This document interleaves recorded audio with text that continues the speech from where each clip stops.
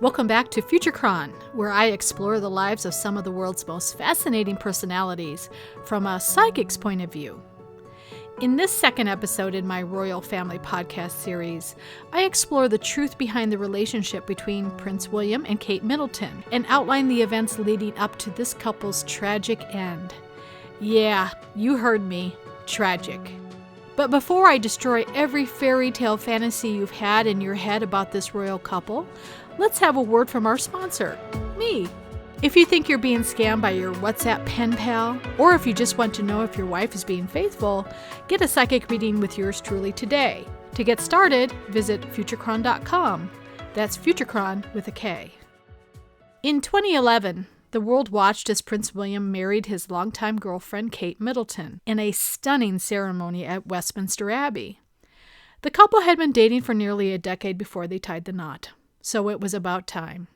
Today, William and Kate are, for many, one of the most beloved royal couples, with their every move and public appearance closely followed by fans and critics alike. Yet, there are those pesky rumors that William has had at least one lurid affair over the years, which makes you wonder whether what you see is nothing more than a fantasy.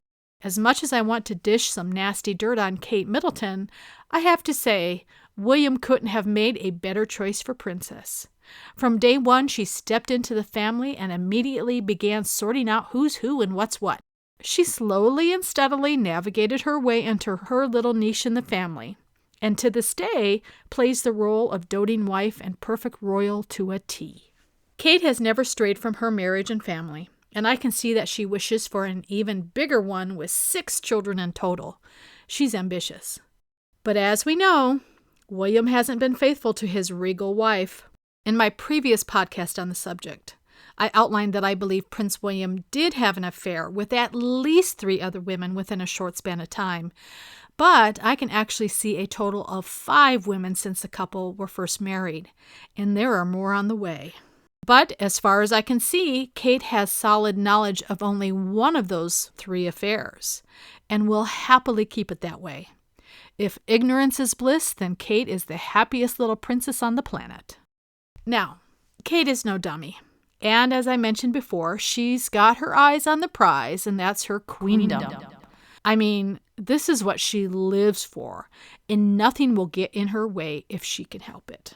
That is, unless Prince William manages to oust her from the family with a royal divorce.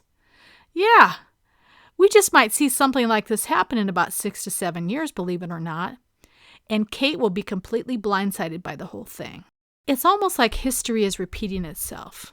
You see, William's father, Prince Charles, had an ongoing affair with Camilla Parker Bowles while married to Princess Diana. Who can forget Princess Diana referring to Camilla as the third person in their marriage? Take a listen. Do you think Mrs. Parker Bowles was a factor in the breakdown of your marriage? Well, there were 3 of us in this marriage, so it was a bit crowded. And let's not forget that even though they shared royal duties together, Princess Diana and Prince Charles led very separate lives for much of their marriage, and especially in the months leading up to their divorce. I think it's fair to say that in turning a blind eye to William's alleged affairs, Kate has already separated herself a great deal from her cheating husband. But it gets worse. About 3 years from now, Prince William will meet another woman that he wants to make his wife, and this will lead to the downfall of dear Kate.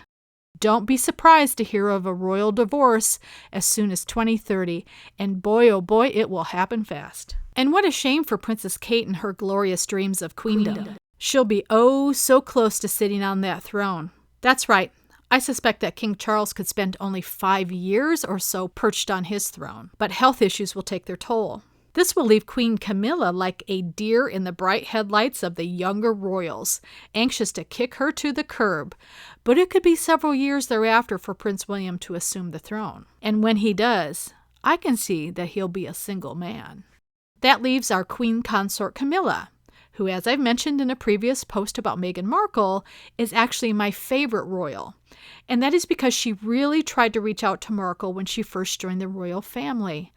Camilla is a royal outsider too, and she empathized with Markle. I could even see that they could have been BFFs. However, Markle just didn't catch on, and her husband Harry didn't help much either. His general hatred for Camilla is well known. So imagine what would happen if King Charles becomes ill and the Queen Consort is left to kind of run the show. Now, am I crazy, or did I just read something about how King Charles could grant Camilla full queendom? I'm not sure how these things work, folks, so if you know, just post it in the comments below. Suffice it to say, I can see the beginnings of a huge war between Princess Kate and Queen Camilla if this were to happen. And the timing is about 5 to 6 years out. But I suspect that this downright dirty fighting could backfire and cause problems for Princess Kate, because it's right after that I see her leaving the castle for good. Ultimately, when Prince William does ascend to the throne, he will only be king for a short time. And I have big questions about whether the monarchy will even exist in its current form past the 2030s. It seems like we're nearing the end of an era.